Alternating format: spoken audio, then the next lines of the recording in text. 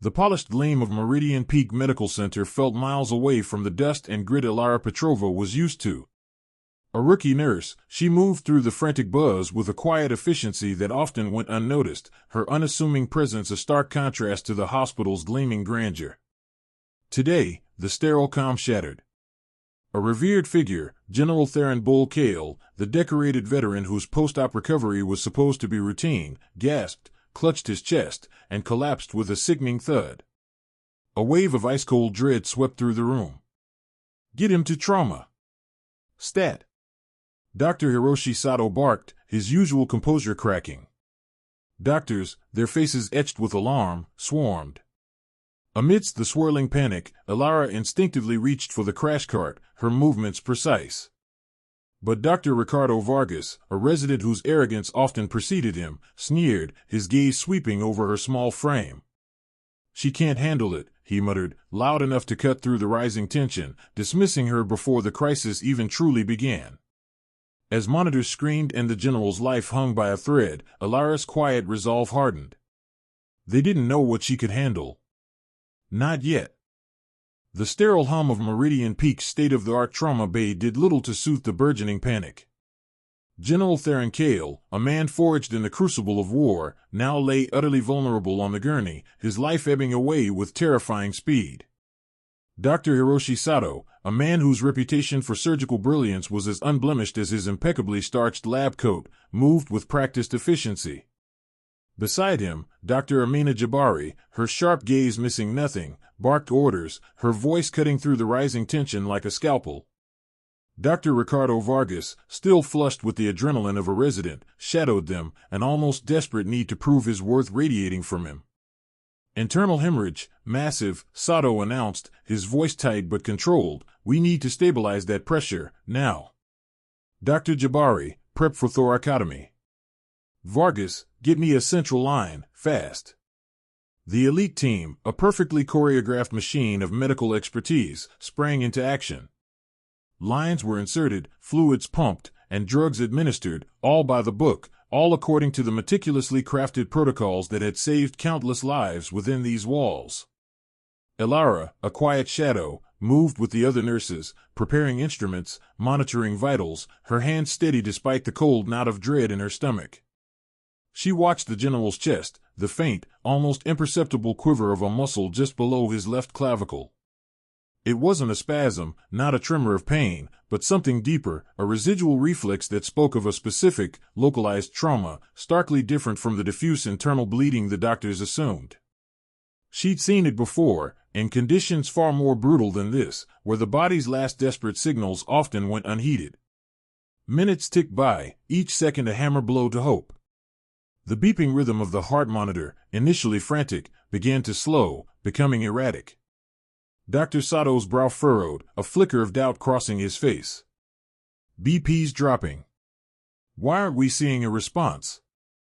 More fluids. Increase the vasopressors. Jabari, always analytical, checked her readouts, her lips thinning. He's not responding as expected, Hiroshi. His pressure should be stabilizing by now. Her gaze swept over the monitors, then briefly, dismissively, over Elara, who was meticulously tracking Kael's blood loss. Elara hesitated, her heart hammering against her ribs.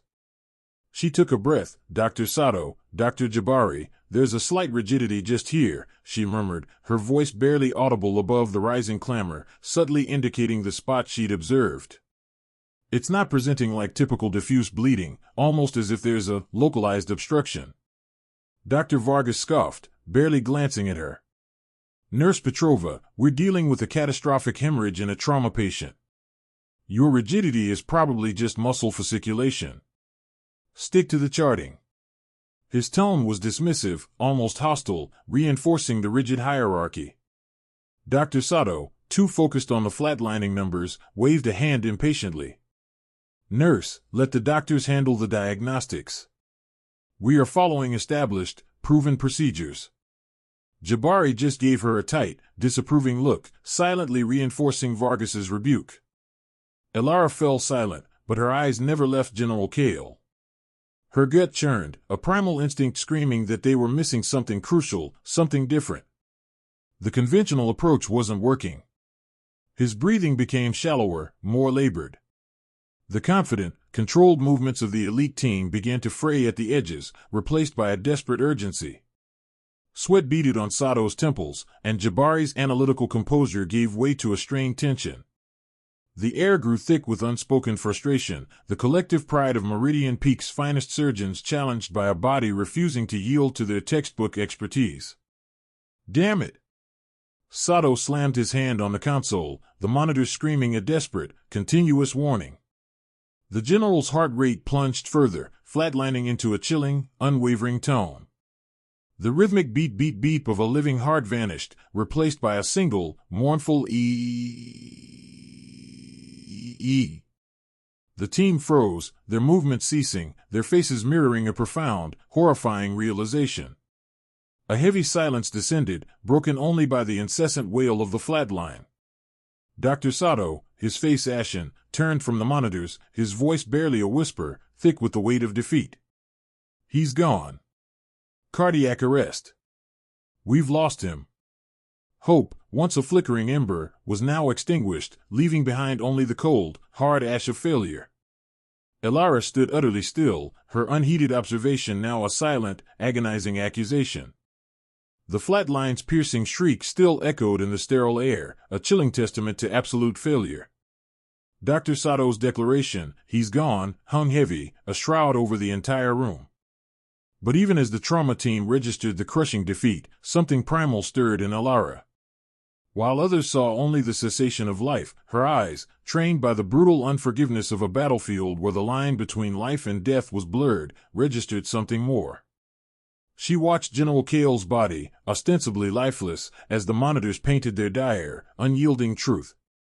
But then, she saw it.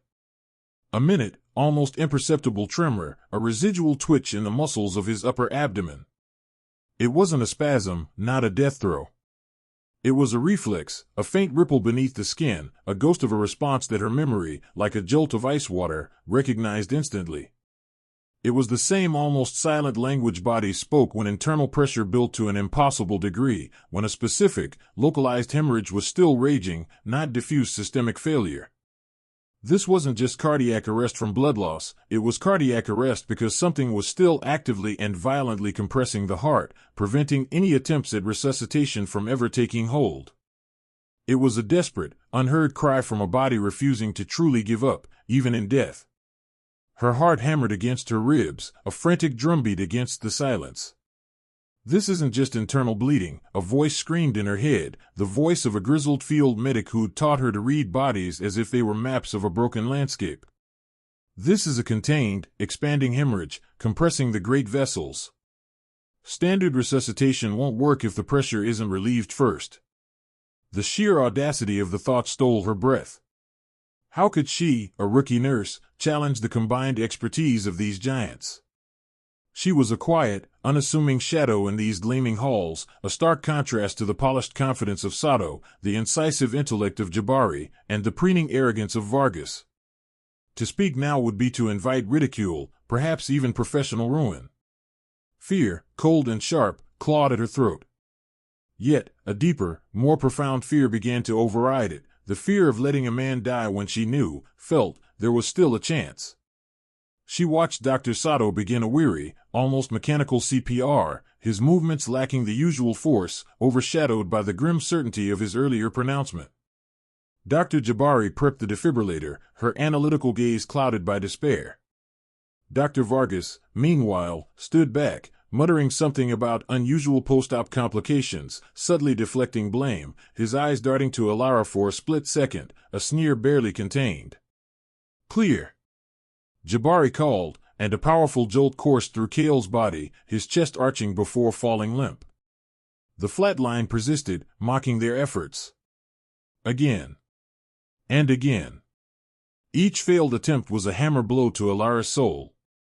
They were wasting precious seconds, following protocols that, in this specific, rare case, were utterly useless, perhaps even detrimental, without addressing the root mechanical problem.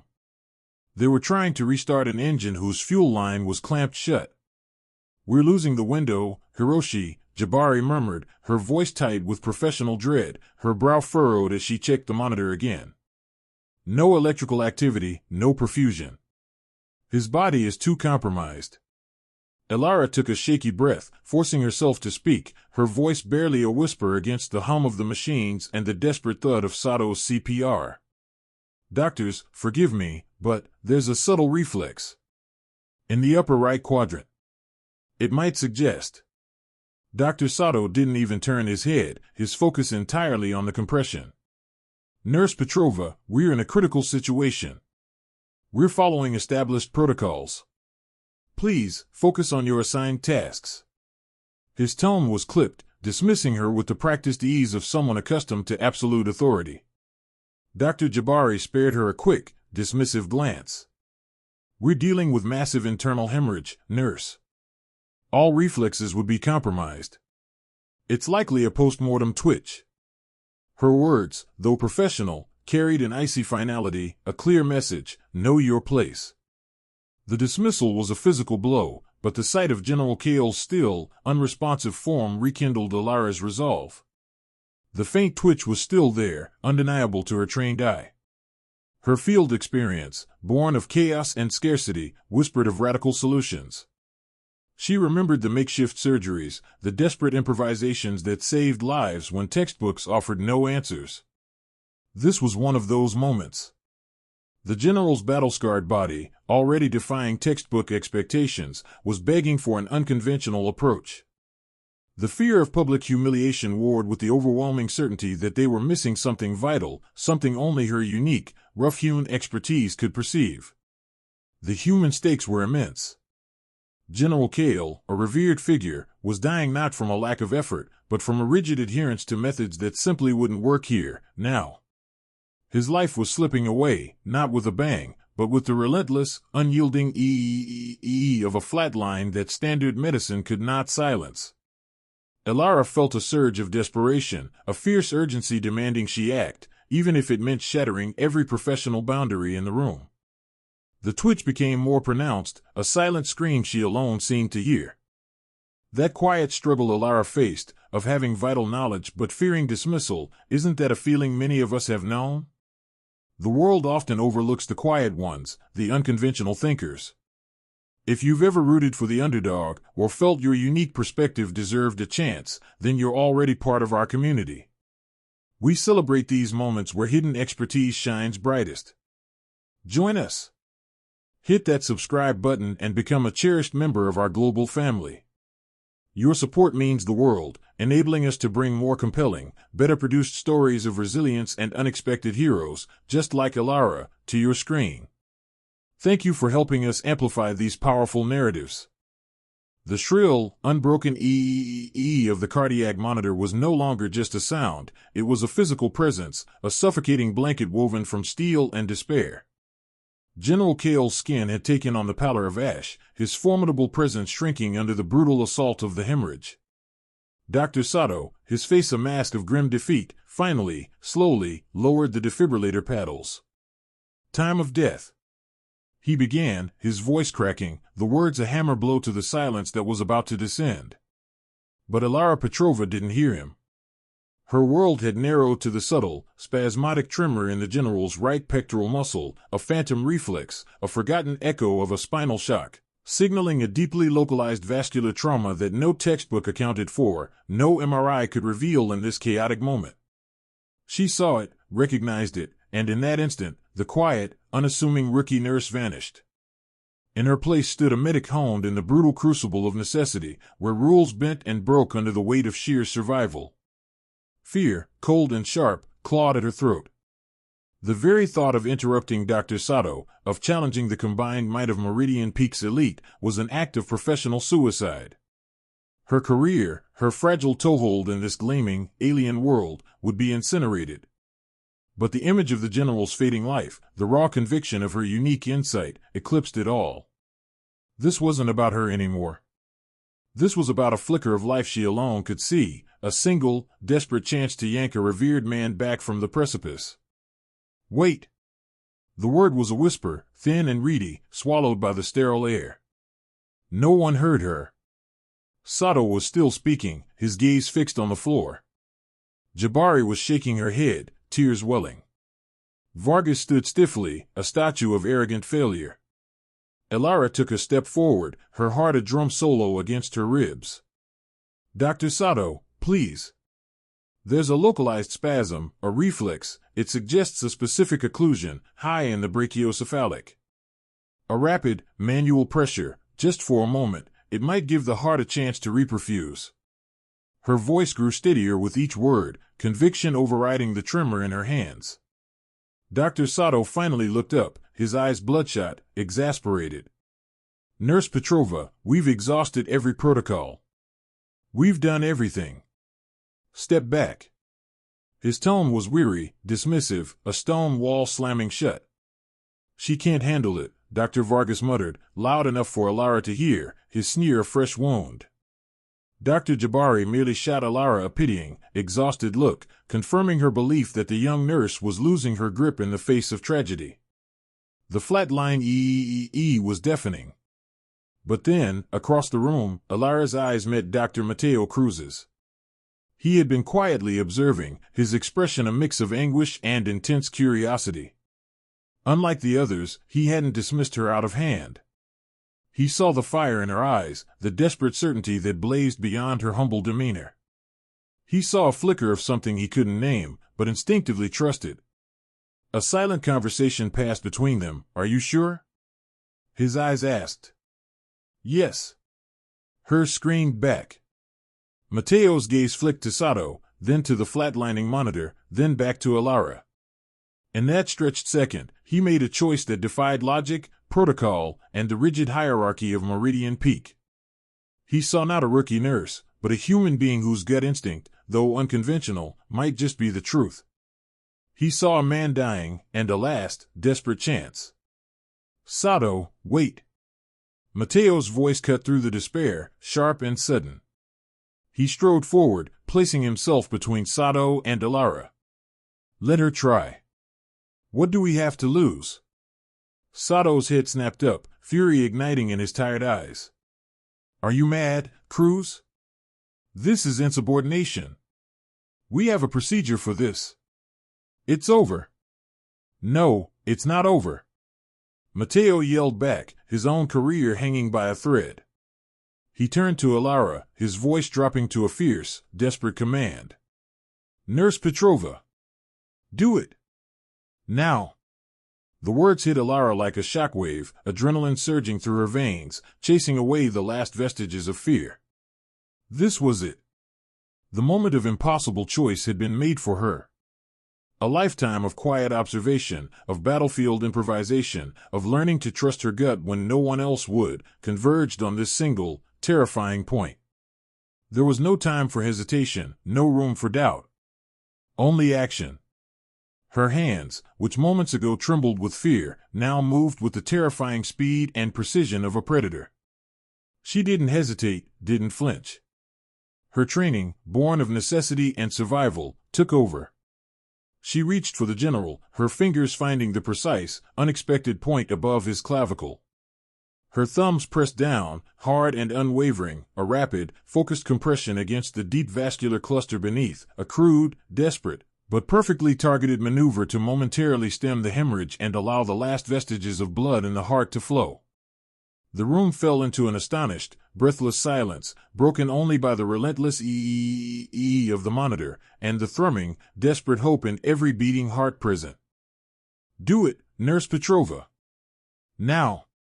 Mateo's voice, raw with a desperate gamble, ripped through the suffocating dread. It was the only command Elara needed, the last sliver of official permission in a moment that had transcended protocol, status, and the very rules of the esteemed Meridian Peak. A lifetime of quiet observation, of battlefield improvisation, of learning to trust her gut when no one else would, converged on this single, terrifying point.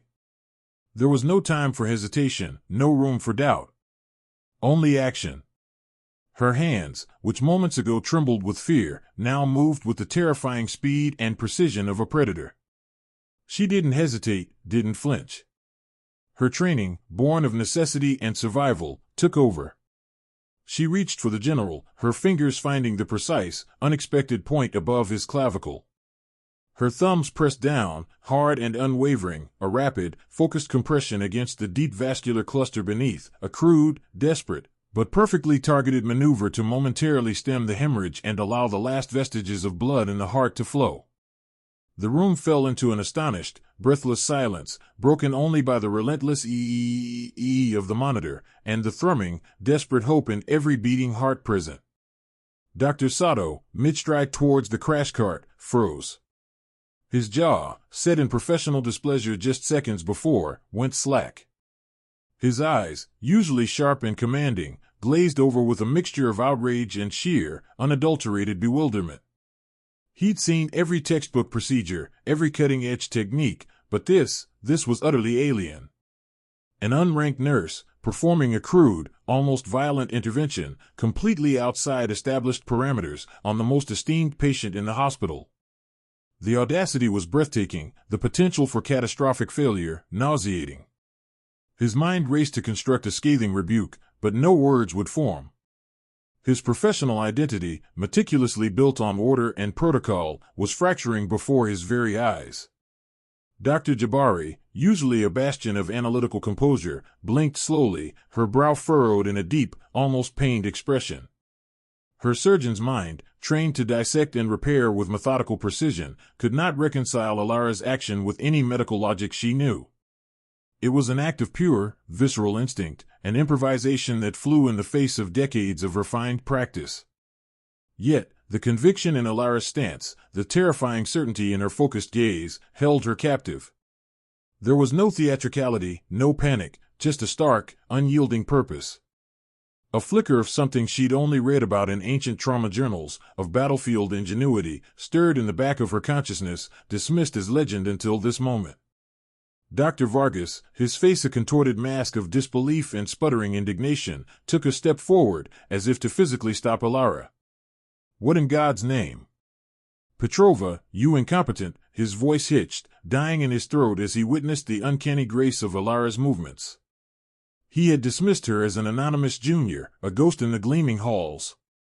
Now, she was a whirlwind of controlled, deadly intent, her modest frame radiating a competency that shamed his own panicked fumbling. The sheer, unadulterated skill, raw and unpolished as it was, stole his breath, leaving only a hollow space where his arrogance had once resided. He hated her for it, for exposing his own limitations, for doing the unthinkable. Mateo Cruz, however, watched with a terrifying cocktail of fear and fervent hope. His knuckles were white where he gripped the edge of the operating table, his entire being vibrating with the weight of the trust he had placed in Elara.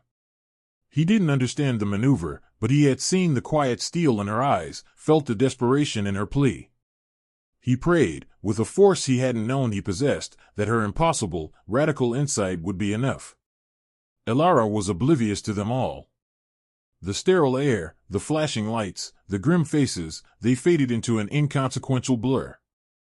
Her world had shrunk to the space beneath her thumbs, to the fragile life she was desperately trying to tether back to existence. She could feel the faint tremor beneath her touch, the subtle give and resistance of tissue, a language she understood implicitly, forged in the crucible of chaos. Every fiber of her being was dedicated to this single, precise action, a silent promise whispered to the fading hero on the table. The seconds stretched, agonizing, infinite, punctuated only by the defiant, mocking shriek of the flatline. Elara's hands, etched with a quiet, fierce resolve, completed their work. Her thumbs, raw and aching, lifted from the precise point on General Kael's sternum. It wasn't a grand, final gesture, but a subtle release, a fractional movement that spoke of intricate, desperate knowledge applied with terrifying exactitude. She wasn't just pressing, she was coaxing, urging, rerouting the current of life with a forgotten art. Her chest heaved, a silent battle fought and, for now, concluded. Silence. Not the chaos of before, but a heavier, more expectant stillness. The only sound was the defiant, mocking shriek of the flatline, unwavering, tearing at the frayed nerves in the room. Every eye remained locked on the monitor, then on General Kael's still form, then back to Elara, who stood, shoulders hunched, chest burning, her gaze fixed on the grim display. Had it worked? Could it possibly have worked? The air crackled with a suspended breath, a collective, desperate prayer. Then, a whisper. A single, tentative beep. So faint, so fragile, it seemed like a ghost of a sound, easily dismissed as a flicker in the machinery. Dr. Sato's brow furrowed, his head cocked, searching for an explanation. Dr. Jabari leaned forward, her analytical mind already calculating probabilities, dismissing this anomaly. But then, it came again. A second beep, stronger this time, less a whisper, more a hesitant question. And then, a third. A distinct, rhythmic beep, beep, beep. The flatline didn't vanish instantly, but a faint, wavering line, like a desperate lifeline, began to pulse on the monitor beneath it. It was thin, erratic, but undeniably there. Wait, Dr. Mateo Cruz choked, his voice raw, hoarse with disbelief and burgeoning hope. His hands, which had gripped the edge of the operating table, now trembled violently as he pointed, his eyes wide, shining. Look! It's a rhythm. A pulse. The beeping grew stronger, more insistent, a fragile drumbeat echoing through the sterile room. The wavering line on the screen solidified, gained definition, a steady, undulating wave, charting the impossible return. General Kael's heart revived. A collective gasp, a sound torn from the deepest part of the observers, ripped through the silence. It wasn't just a sound, it was the visceral release of terror held captive, of despair finally broken. Dr. Sato staggered back a step, his face, usually a mask of controlled authority, now bleached of all color, his jaw slacked in utter astonishment. He stared, not at Elara, but at the monitor, as if it were performing an elaborate, impossible magic trick. Dr. Jabari, usually so composed, pressed a hand to her mouth, her eyes widening, her analytical brain scrambling to reevaluate every assumption, every piece of data she had ever known. A tear, unbidden, escaped and tracked a path down her cheek. He's back, Mateo whispered, a choked sob escaping him. He didn't care about decorum, about protocol, about the hierarchy that usually bound them. He just saw life, snatched from the jaws of death, by the quiet woman everyone had dismissed. A wave of profound, overwhelming relief washed over him, making his knees weak. He wanted to shout, to cry, to collapse, but he simply stood, utterly undone by the miracle he had just witnessed. Dr. Ricardo Vargas, whose sneer had been a permanent fixture moments ago, now stood frozen, a statue carved from humiliation and disbelief. His eyes flickered between the monitor and Elara, a chasm of shattered pride opening beneath him. He had dismissed her, mocked her, confined her to the lowest rung, and she had just done what they, could not. His face burned with a shame so intense it felt physical.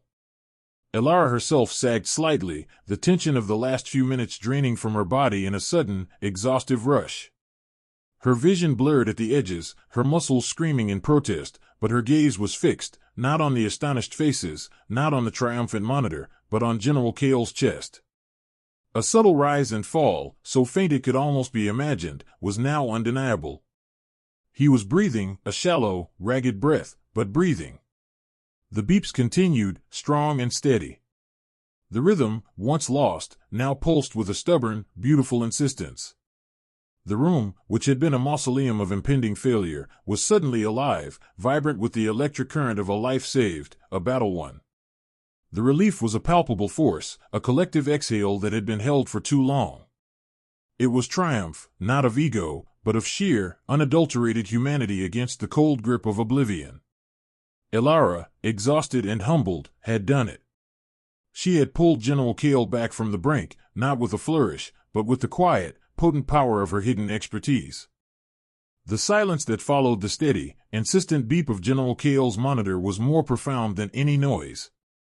It wasn't a mere absence of sound, it was a heavy, suffocating blanket woven from disbelief, awe, and a potent, collective recalculation of reality.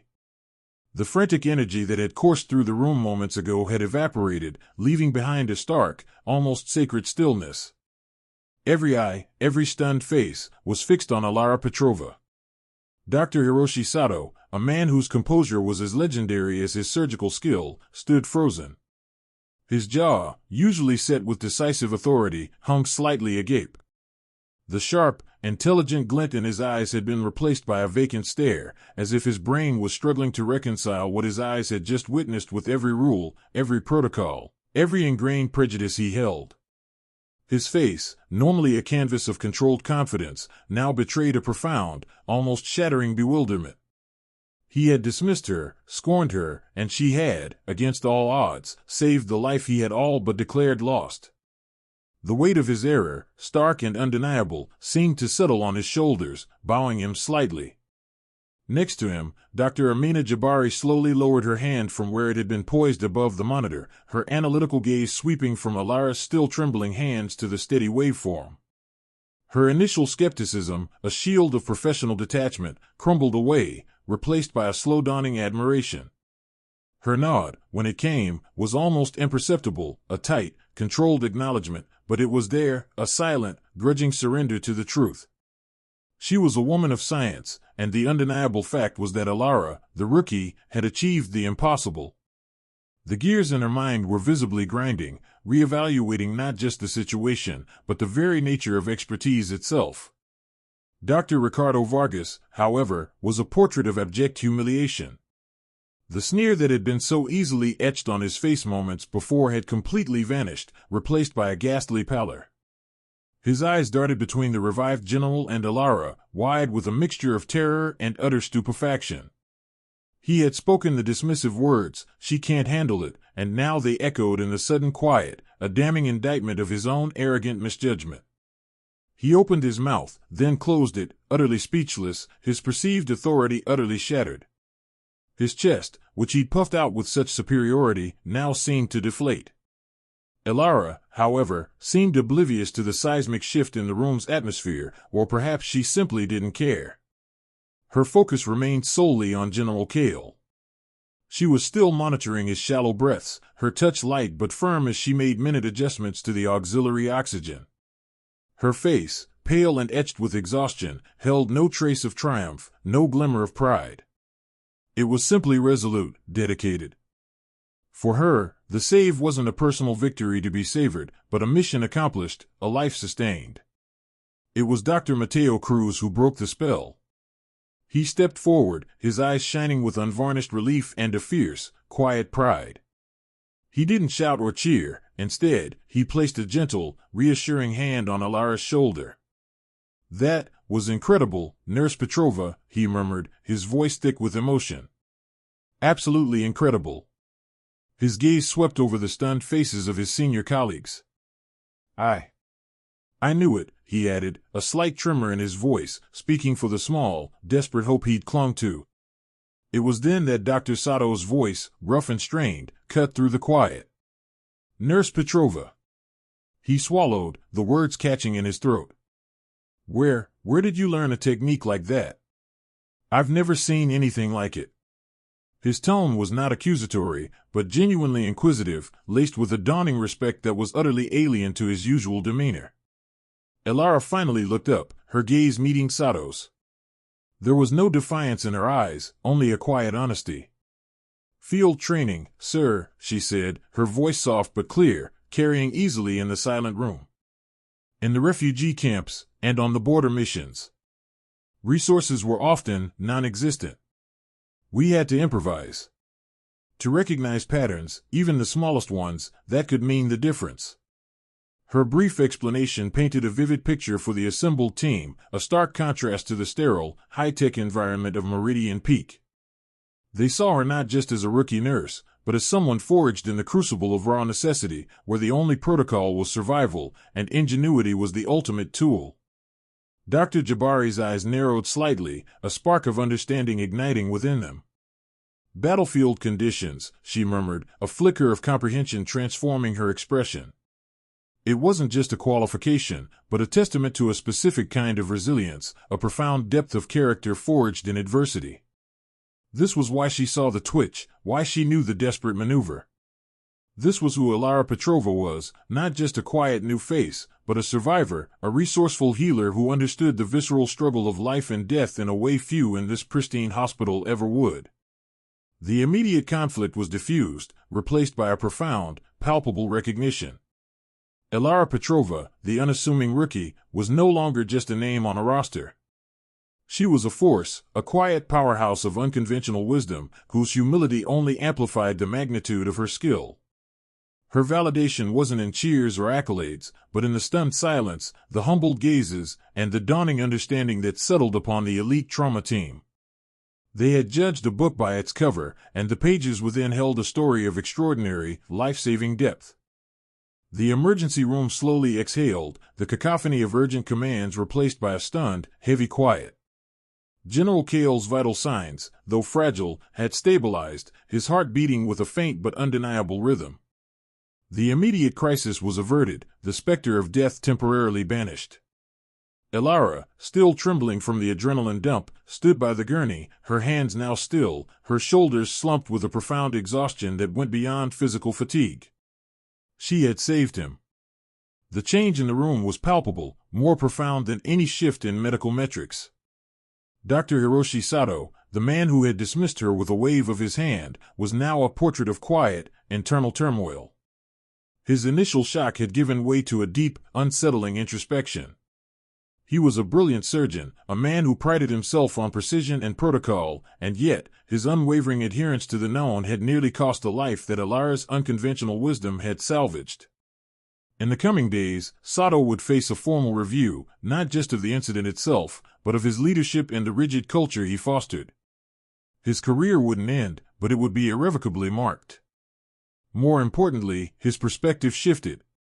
He began to listen more, to actively seek out varied opinions, his gaze lingering on the quietest members of his team with a newfound curiosity.